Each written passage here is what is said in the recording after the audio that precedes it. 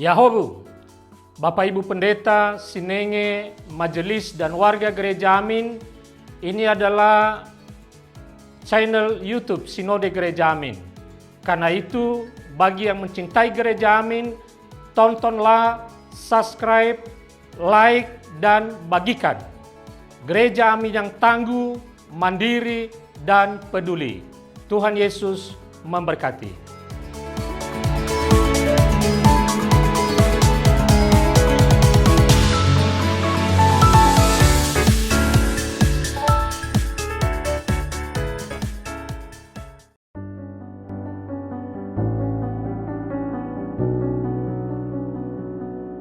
Hai Youth, berjumpa kembali di dalam acara Youth for Christ bersama dengan saya Yogi Fitra Firdaus.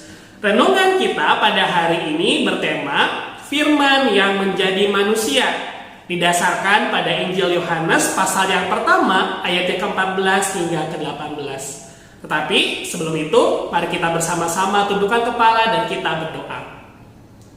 Tuhan Yesus, kami bersyukur untuk cinta kasih yang tak terbatas di dalam kehidupan kami.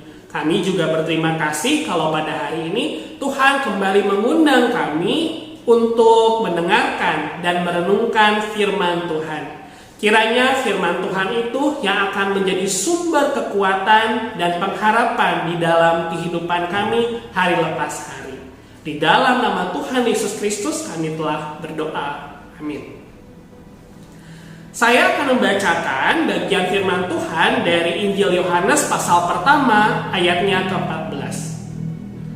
Firman itu telah menjadi manusia dan tinggal di antara kita, dan kita telah melihat kemuliaannya. Yud, Paulus dari Samosata, seorang uskup Antiokhia yang hidup pada abad kedua, pernah mencoba menjelaskan keberadaan Yesus. Ia mengatakan bahwa Yesus awalnya dilahirkan sebagai manusia biasa, tetapi ketika menerima baptisan, Roh Allah baru masuk ke dalam dirinya. Pada saat baptisan itulah Allah memberikan kuasa ilahinya kepada Yesus. Penjelasan Paulus dari Samosata ini berarti bahwa seorang manusia bisa menjadi Tuhan. Namun Alkitab tidak menyatakan hal seperti yang dijelaskan oleh Paulus dari Samosata.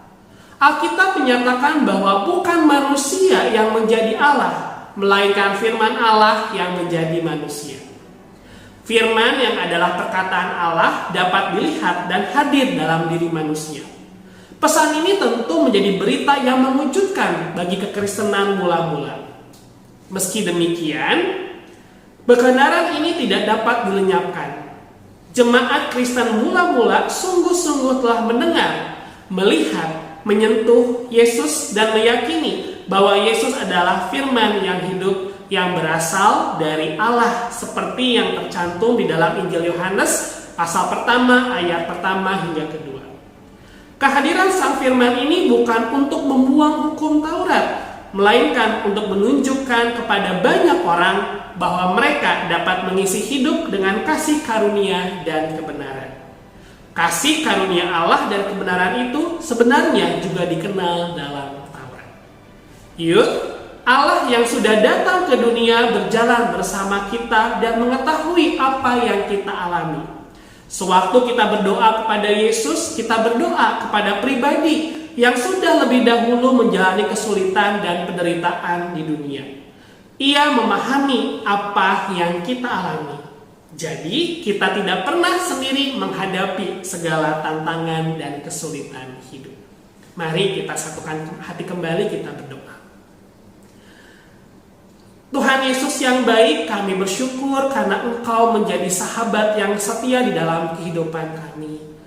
Kami tidak berjalan sendirian ketika kami menghadapi berbagai tantangan dan kesulitan di dalam kehidupan kami.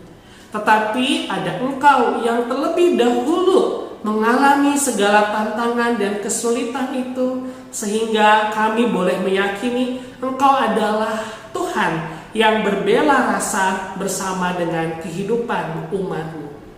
Kami memohon kiranya cinta kasih Tuhan akan terus menguatkan kami di dalam kami menjalani kehidupan hari lepas hari yang seringkali tidak mudah ini.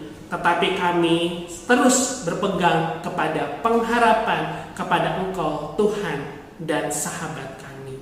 Terima kasih ya Tuhan, di dalam nama Tuhan Yesus Kristus kami telah berdoa. Amin. Sampai jumpa kembali yuk.